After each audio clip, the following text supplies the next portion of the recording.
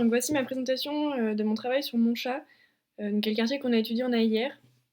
Donc ici, donc, à l'échelle 1/50 millième, j'ai affiché les communes en fond de carte, avec donc les communes de l'agglomération lyonnaise, donc les arrondissements lyonnais, Villeurbanne, Bron, et donc ici les iris de Montchat, donc que j'ai isolé et enregistré donc avec une nouvelle couche.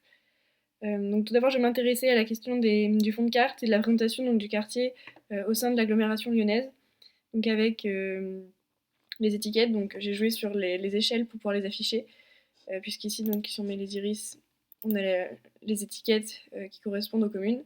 Et donc si je zoome au 25 millième, j'ai que les étiquettes qui correspondent aux iris de Montchat, donc qui nous intéressent. Retour au 50 millième, puisque donc on va s'intéresser à l'intégration du quartier dans son dans l'ensemble lyonnais. Donc d'abord avec la question des transports. Donc j'ai récupéré la carte des axes routiers donc sur route 500, que j'ai essayé de classer donc en termes de taille et de taille des axes. Donc on s'aperçoit que Montchat ici, à la limite avec Bron, est pas si loin du périphérique. Et donc la voiture est un élément essentiel, comme nous le disaient les habitants qu'on a interrogés dans le cadre de notre travail, puisque donc les lignes de bus et de métro sont assez peu présentes à Montchat. Donc c'est ici des couches que j'ai récupérées sur Data Grand Lyon, et donc qui nous permettent d'afficher le réseau de transport donc, dans le quartier. Hop, à l'échelle en 25 millième, donc on s'aperçoit un peu mieux que Montchat est assez éloigné du réseau de transport dur. Donc ici avec la ligne de métro D, ici avec la ligne de tram T3, et puisqu'il n'y a qu'un seul arrêt, donc aux extrémités, deux arrêts, un ici et un ici, qui desservent Montchat. L'essentiel des transports en commun se font à partir des lignes de bus ici, et une grande partie donc, de l'intérieur du quartier, de l'intérieur des îlots, est assez mal desservie, donc notamment cet ensemble-là et celui-là.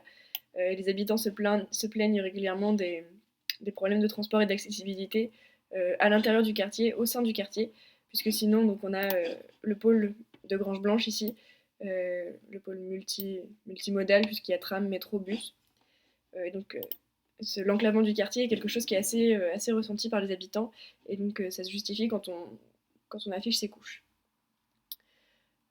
Ensuite, donc, on va s'intéresser aux données statistiques. Donc, j'enlève ces couches qui sont assez lourdes. Les données statistiques donc, à l'échelle de Lyon, pour caractériser un petit peu le quartier dans son contexte. Donc, on peut afficher notamment ici les iris et la population par iris. Donc voilà, et pour faire ça, j'ai créé un nouveau fichier à partir donc ici outil de géométrie, donc avec une nouvelle couche, les centroïdes de polygones, donc pour afficher ces données, donc qui sont des données de stock, et donc sous forme de cercles proportionnels, alors que pour les deux autres couches, donc ici densité de population et par des maisons par iris, ce sont des données proportionnelles, donc que j'ai affichées sous forme d'appelets de couleurs. Donc on s'aperçoit bien ici quand on affiche les densités de population que le quartier de Montchat est assez peu peuplé, assez peu densément peuplé, notamment ici avec le dernier iris qui est à la limite avec Bron. Et donc on comprend mieux pourquoi est-ce que c'est un des quartiers grandement concernés donc, par les opérations de densification de l'habitat, puisque c'est donc un enjeu à l'échelle de la métropole lyonnaise, que donc d'élargir, ou en tout cas d'étendre de plus en plus donc, vers les extrémités, donc ici vers l'est, ici vers l'ouest, de densifier donc, dans les zones qui sont déjà assez faiblement peuplées. Voilà. Donc ensuite, on peut s'intéresser à la part des maisons, puisque l'habitat de Montchat est essentiellement caractérisé par des petites maisons, des pavillons individuels. Donc c'est bien ici ce qu'on voit avec cette couche, puisqu'on a donc ici c'est entre 32 et 50% des logements qui sont constitués par des maisons. Donc c'est assez révélateur de l'identité architecturale et urbanistique du quartier. On peut réduire ces couches-là pour mieux afficher. Donc pour ces données-là, donc on peut ouvrir la table d'attributs. Ce sont les trois mêmes couches sur lesquelles j'ai fait des jointures avec la base de données de l'INSEE. Donc on a des données de population ici. On a des données sur la nature du logement, donc ici qui commence par L. Et donc on a tout à la fin de la couche, de la table, les couches que j'ai créées, les champs pardon, que j'ai créés moi-même, donc pour afficher ce que j'avais besoin ou ce qui m'intéressait, donc la part des maisons que j'ai affichées, mais aussi l'ancienneté du logement, la densité de population, la surface donc par un calcul de la géométrie. Et donc ici, j'avais fait des tests sur l'équipement des ménages en voiture pour voir si c'était intéressant, mais ça s'est pas révélé très pertinent, donc j'ai laissé ça comme ça. Ce sont donc les 3 mêmes couches que j'ai affichées, donc dupliquées entre elles, et que j'ai juste affichées différemment avec des fichiers de style. Donc on peut voir ça dans Propriétés, Style. Donc ici, c'est un style gradué. Et donc tout simplement, c'est des styles que j'ai enregistrés en tant que fichier de style. Et donc après, il suffit juste de les charger. C'est beaucoup plus rapide. Donc voilà, c'était pour le quartier dans l'ensemble lyonnais. On peut s'intéresser maintenant plus particulièrement au quartier en lui-même. Donc ici, avec des couches euh, essentiellement ciblées sur le quartier. Donc pour ça, on va aller à l'échelle du 1/7 millième, qui correspond donc à l'échelle la plus pratique pour visualiser le quartier donc en lui-même.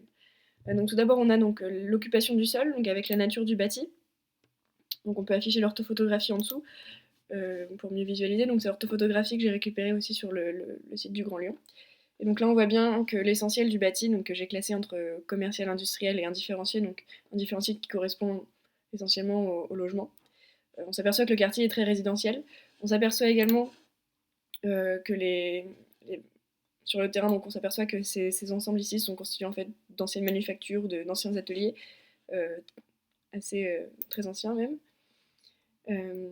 Donc un quartier essentiellement résidentiel, marqué par beaucoup de petites maisons ici, donc on voit de l'habitat individuel, aux alentours du parc Bazin, ici aussi, et quelques grands ensembles donc, qui peuvent être de l'habitat social, donc ici c'est un ensemble de logements sociaux.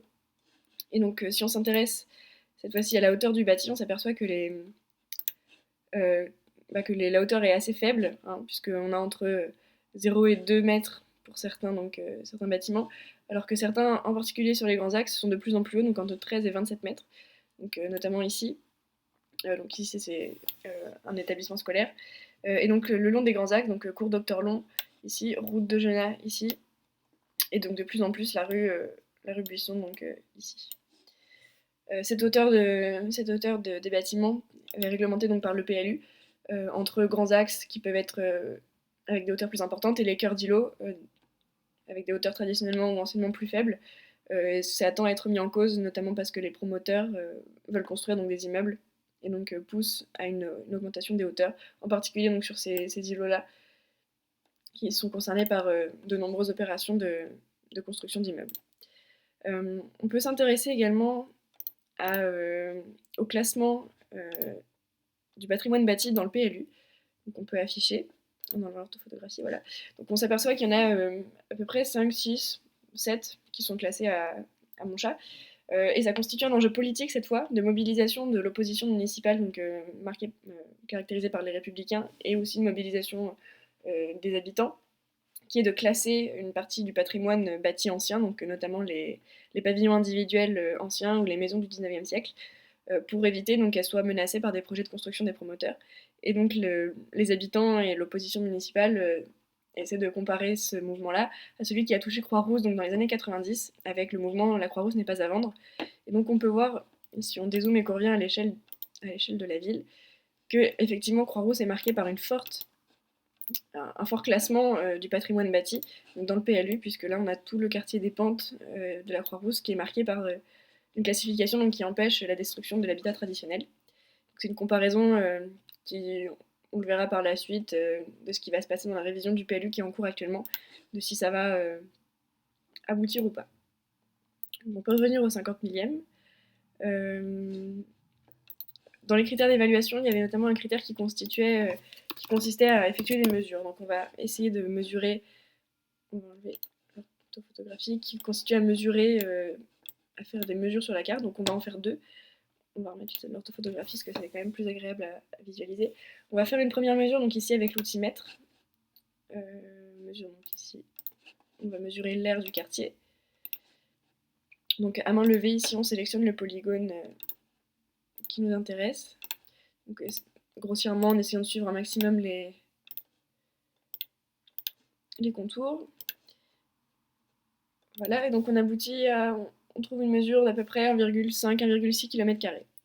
La deuxième manière de le faire va être avec les statistiques. Donc on va aller dans Outils d'analyse, statistiques basiques, on va sélectionner la couche des iris de Montchat, on va cibler le champ surface, Et donc là, on a la somme des surfaces de chaque iris qui constitue donc une aire approximative d'1,6, donc on constate que les deux mesures sont valables.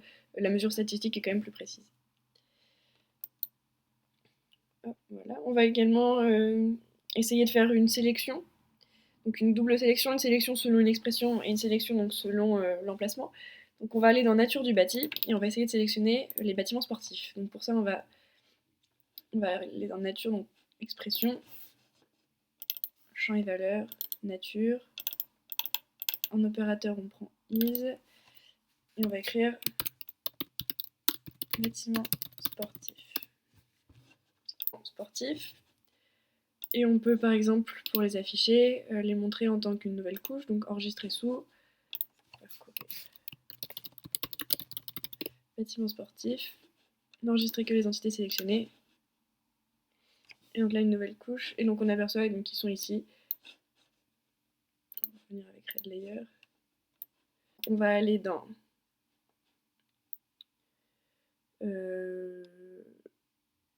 nature du bâti. On va prendre comme carte iris de mon chat. On va créer une nouvelle sélection.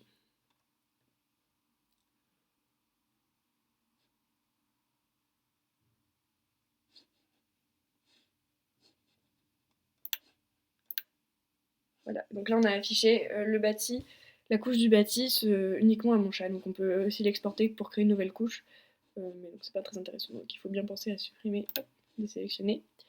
On peut ensuite s'intéresser donc aux données produites par nous-mêmes lors de notre travail. Donc ici, donc avec la trace GPS qu'on a effectuée lors de notre dernière sortie photographique, donc le 10 avril dernier, qu'on a obtenue à l'aide d'un smartphone. Je voulais également afficher les photos que l'on a prises à cette occasion-là, mais l'application pour géotaguer les photos ne fonctionnait pas sur Mac et j'ai pas réussi à ensuite géotaguer et insérer dans QGIS, donc j'ai dû laisser tomber. Voilà, donc c'était, pour revenir au 50 millième pour conclure, c'était ma production sur mon chat.